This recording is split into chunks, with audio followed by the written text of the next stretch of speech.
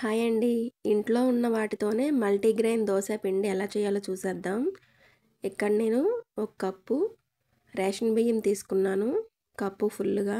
తర్వాత half cup వచ్చేసి కొంచెం తక్కువగా సాయిగుళ్ళు, 1/3 కప్ వచ్చేసి బ్రౌన్ రైస్, 1/4 అంటే పావు కప్పు వచ్చేసి పొట్టు ఉన్న మినపగుళ్ళు తీసుకున్నాను. ఇక్కడ ఒక పెద్ద టేబుల్ స్పూన్ అంతా పచ్చిశనగపప్పు, అందులో హాఫ్ టేబుల్ స్పూన్కి కందిపప్పు తీసుకున్నాను. తర్వాత ఒక టీ స్పూన్ పెసరపప్పు.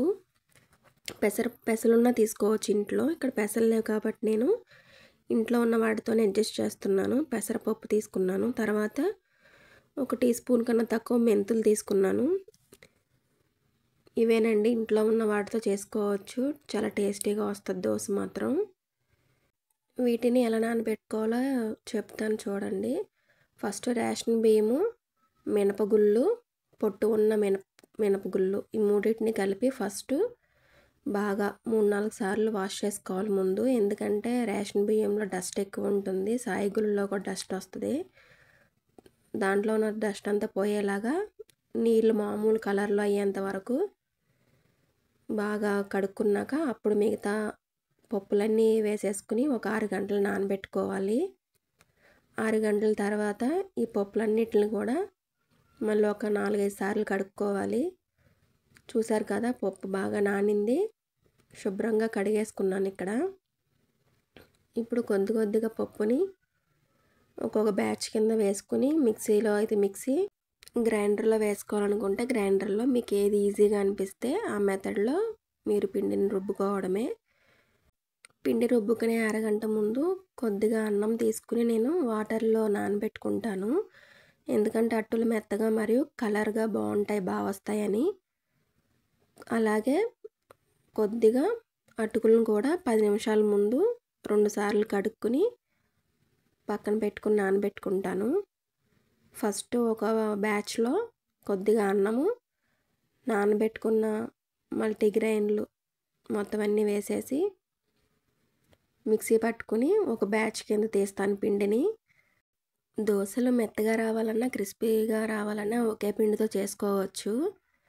అదేం లేదు, చాలా సింపుల్ టిప్పు. ఏంటంటే దోశ వేసేసాక పాన్ మీద స్లో ఫ్లేమ్లో ఎక్కువసేపు వేగనిస్తే ఆ దోశ క్రిస్పీగా తయారవుతుంది. అదే హై ఫ్లేమ్లో పెట్టేసి తక్కువ సమయంలో దోశను కాల్చుకుంటే అది మెత్తని దోశలా వస్తుంది. ఇంతేనండి, సింపుల్ టిప్ అసలు. అందువలన దోశ పిండిని రకరకాలుగా రుబ్బాల్సిన పనేమీ లేదు. ఒకే పిండితో ఆ సింపుల్ టెక్నిక్స్తో 2 రకాలుగా చేసుకోవచ్చు. ఇప్పుడు నెక్స్ట్ బ్యాచ్లో ఈ నానబెట్టుకున్న మిగతా పప్పును ఇంకా అటుకుల్ని వేసేసి మిక్సీ పట్టేసుకోవడమే.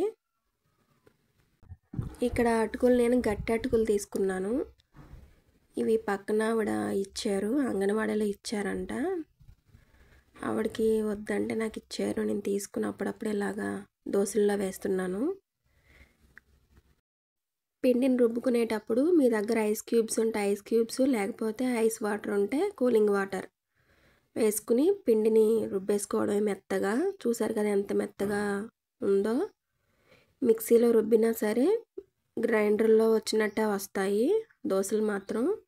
మీకు పిండి చూస్తేనే అర్థమవుతుంది. ఇక్కడ చూసారు కదా, తెల్లారే ఫర్మెంట్ అయ్యాక ఎలా ఉందో పిండి చక్కగా పొంగింది. తిప్పుతుంటే మీకు అర్థమవుతుంది కదా. ఈ దోశ బ్యాటర్ మీకు నచ్చిందని అనుకుంటున్నాను. నచ్చితే తప్పకుండా లైక్ చేయండి. సర్వేజన సుఖినో భవంతు. Thank you for watching.